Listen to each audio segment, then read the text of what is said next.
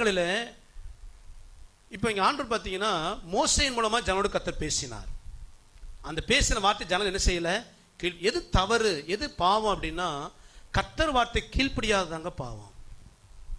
கர்த்தர் பல விதங்களில் நம்மோடு பேசுகிறார், நம்மை வழி நடத்துகிறார், நமக்கு போதிக்கிறார். நான் உனக்கு போதித்து நடக்கிற வழியை உனக்கு காட்டுவேன், உன்மேல் கண்ணை வைத்து உனக்கு ஆலோசனை. கர்த்தர் பல விதங்களில் நம்மோடு பேசுகிறவர்.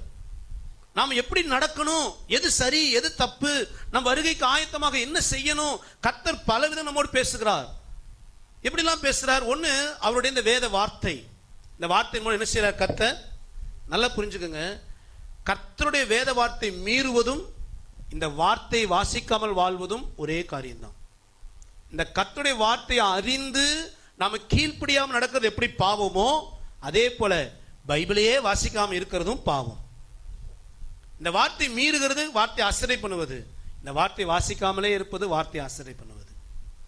அப்போ முதல்ல இந்த வார்த்தையின் மூலமாய் கர்த்தரோடு என்ன செய்கிறார்? பேசுகிறார். ஊழியக்காரர் மூலமாய் கர்த்தரோடு என்ன செய்கிறார்?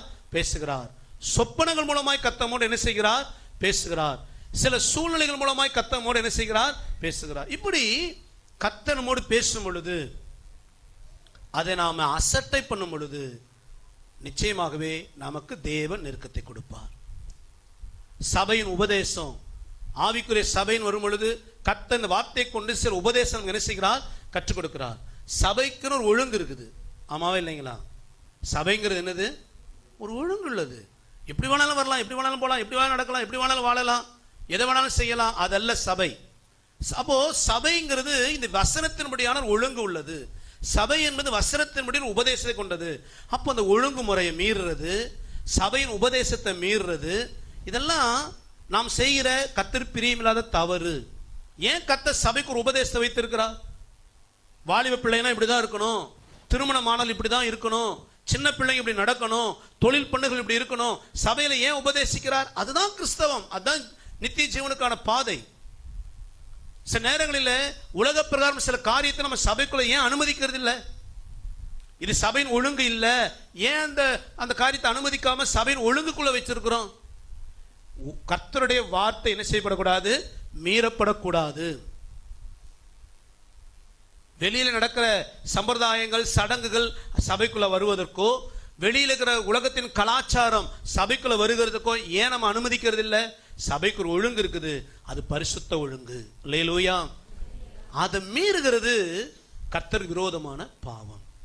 அப்போ நாம் இப்படிலாம் கர்த்தரோடு பேசும் பொழுது, கீழ்ப்படியாம அசட பண்ணிட்டே போகும் பொழுது, கர்த்தர் நம்மை சில நெருக்கங்களின் பாதையில நடத்துகிறார். அல்லேலூயா, அல்லேலூயா. நல்லா போயிட்டு இருந்த இஸ்ரவேல் ஜனங்களுக்கு ஏன் கொள்ளி வச்சிருப்போம்? அநேகர் மரிச்சு போனாங்க. ஏன்? கர்த்தர் வார்த்தை என்ன செய்தாங்க? அசட. கொஞ்சம் யோசித்து பாருங்க, கர்த்தர் வார்த்தைக்கு நான் பயந்து நடுங்கி நடக்கிறேனா? சில நேரங்களில்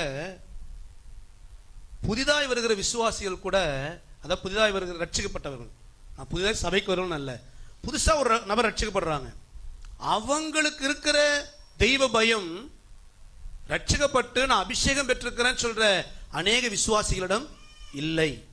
இதுதான் உண்மை. புதுசா ரட்சிக்கப்படுற புறஜாதி மார்க்கத்திலிருந்து இயேசுவே மெய்யான தெய்வம் ரட்சிக்கப்பட்ட ஒரு நபர் வராங்க, அவங்களும் தெய்வ பயம் இருக்கும். ஏன்னா அவங்க சந்தித்த மார்க்கம் வேற, கேட்ட காரியங்கள் வேற. இன்னைக்கு புதுசா கர்த்தருடைய வார்த்தை கேட்கும் ஒரு நடுக்கம், இந்த வார்த்தையின் மேல ஒரு நடுக்கம், கர்த்தர் மேல ஒரு பயம். ஆனா இந்த பயம் ரட்சிக்கப்பட்டு பல ஆண்டுகளாகி அபிஷேகம் பெற்று ஊழியம் செய்கிற அநேக தேவ ஜனங்களுக்குள் இல்லை. ஒரு மங்கி போன ஒரு வாழ்க்கை.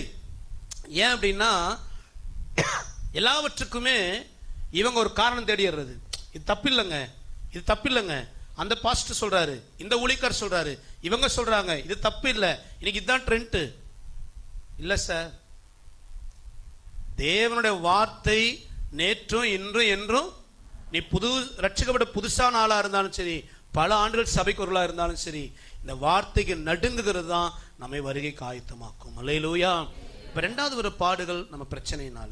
சரி, இந்த ஒருவேளை நான் தப்பு பண்ணிட்டேன், இந்த பிரச்சனை வாழ்க்கையில காரணம் தப்பு தான், என்னால தெரியும் பாஸ்டர், இப்ப நான் என்ன செய்ய?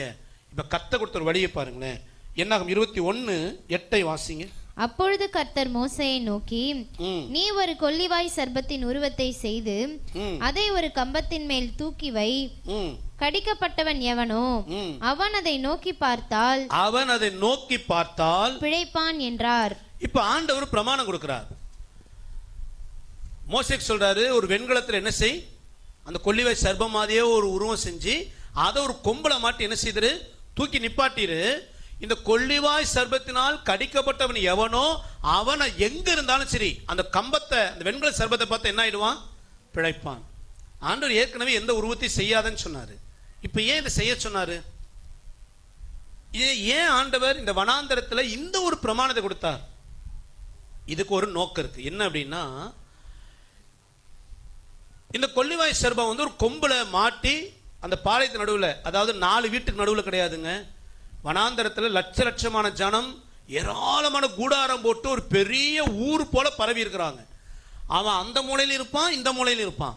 எங்க கடிச்சாலும் அவன் எதை பார்க்கணும், அந்த கொள்ளிவாய் சர்ப்பத்தை பார்க்கணும். ஓடி இங்க கம்பத்திட்ட வர முடியாது. அப்போ தொலைவில் இருந்து அவன் பார்க்கிற அளவுக்கு அது என்ன செய்யணும், பெரிய உயரமா இருக்கும். எங்க இருந்தாலும் அந்த பார்க்கணும். ஏன் பார்ப்பான் அப்படின்னா, இந்த சர்ப்பம் கடிக்கும் போது அவன் புரிஞ்சுக்கிட்டான், நான் கர்த்தருக்கு விரோதமா என்ன செய்துட்டேன், பாவம் செஞ்சுட்டேன். தன் பாவத்தை உணர்ந்து கர்த்தர் தான் என்னை மன்னிக்கணும்னு சொல்லி யார் கர்த்தர்கிட்ட விசுவாசர் வரானோ அவன் தான் அந்த வெண்கல சர்ப்பத்தை பார்ப்பான். அப்படிதானே? அப்ப இவனுக்குள்ள மனம் திரும்புதலும் பரிசுத்த ஏக்கமும் இருந்தாதான் அந்த கொம்பை பார்க்க முடியும், அந்த வெண்கல சர்ப்பத்தை பார்க்க முடியும். அப்ப கர்த்தர் நோக்கம் என்னன்னா, அந்த வெண்கல சர்ப்பத்துல அவனுக்கு சுகம் கிடையாது, அவனுடைய மனம் திரும்புதலும் அவனுடைய சுத்திகரிப்பும். இப்ப கர்த்தர் ஏன் இந்த பிரமாணத்தை கொடுத்தாருன்னா, பரலோகத்துக்கு ஒரு பெரிய திட்டம் இருந்துச்சு. என்ன திட்டம்னா, யோவான் சுவிசேஷம் 3ஆம் அதிகாரம் 14-15 வாசிங்க.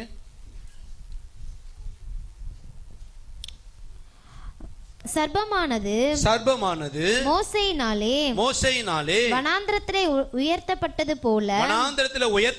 போல மனுஷகுமாரனும் தன்னை விசுவாசிக்கிறவன் எவனோ அவன் கெட்டு போகாமல் நித்திய ஜீவனை அடையும்படிக்கு உயர்த்தப்பட வேண்டும்.